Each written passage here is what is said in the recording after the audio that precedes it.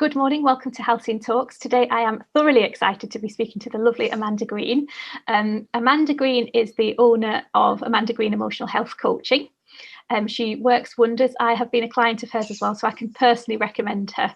And she's also agreed to be part of my Halcyon Days coaching as well. So anybody in my programme who requires her support will be referred through to Amanda as well with my recommendation, which thank you very much for that, Amanda. So Amanda, welcome to Halcyon Talks. Very excited about today. So talk us through, when you talk about emotional energy, just talk us through what you mean by that concept of emotional energy. That is a really good question. So I haven't planned anything that I'm going to say today. So no, I've kind of dropped you in that, really. Be authentic and natural, absolutely.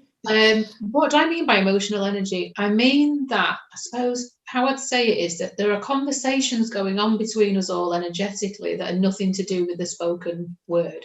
I mean, you can see hints of them through the spoken word, but that we are all having emotional conversations with each other because we have a vibration. Vibrations interact, they overlap, and as soon as we come into other people's energy fields, we will have that experience. So I guess that's one thing. So that's why we can have a desire to have a certain type of relationship with someone, but it becomes very painful.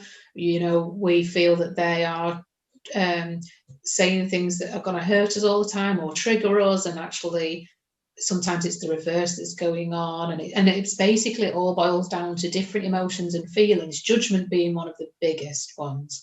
And if you've known any of these people for any length of time, there is years worth of it that is stacked up in the subconscious and the unconscious mind, and the law of attraction will bring that person into your workplace as well, or maybe into a managerial position, and it's that mirror holding up saying, hello, something to heal here, it's in you, not them. And that's really hard. It's a really bitter pill to swallow, and I've had to swallow a lot of those pills in my time. Yeah, absolutely. Me too.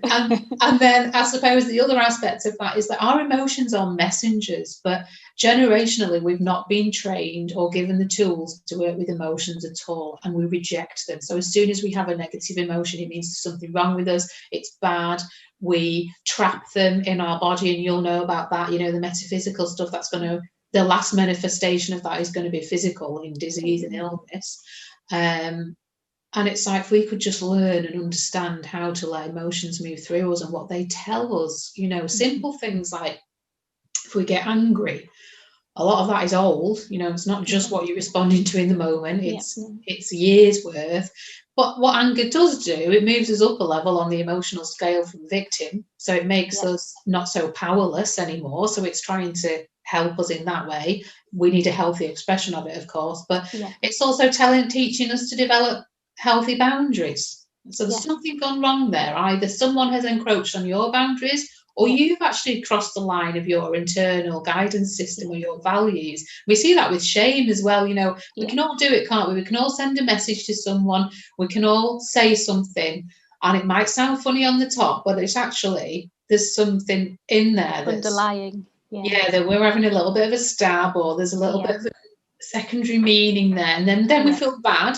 And that's because our internal guidance system is saying, hey, this is not okay with you. This is not who you are. So we're going to bring shame in now to remind you of that fact. It's not saying you're a bad person. Let's get over that. We're all bad people. And God wants to flawed human beings. So it's like, if we could understand why we're having these messages, even down to suicidal urges, there's a purpose there to say, you can't live like this anymore. Not to say you can't live anymore, you can't live like this. And actually the body and the system and the body, mind, spirit is giving us so many good messages, but we can't hear them because we get all up in our heads. It doesn't help with all the marketing and media influences and things, but I guess does that answer the question? Thank you so much for listening to that soundbite. I'd like to thank all my contributors to my podcasts. I'd like to thank Chris Collins for the use of the song Scheming Squirrels as my amazing theme tune. I'd like to thank all of my clients, and I'd like to thank you for watching.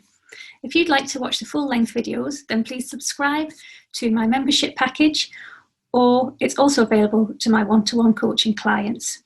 Please check out my website, halcyontherapies.co.uk, or my social media presence for more details. Or if you'd like to book in a free discovery call to see how I can help you and your conditions, then please do so now. My email address is sarahc@halcyontherapies.co.uk if you'd like to connect. Thanks for watching. Until next time.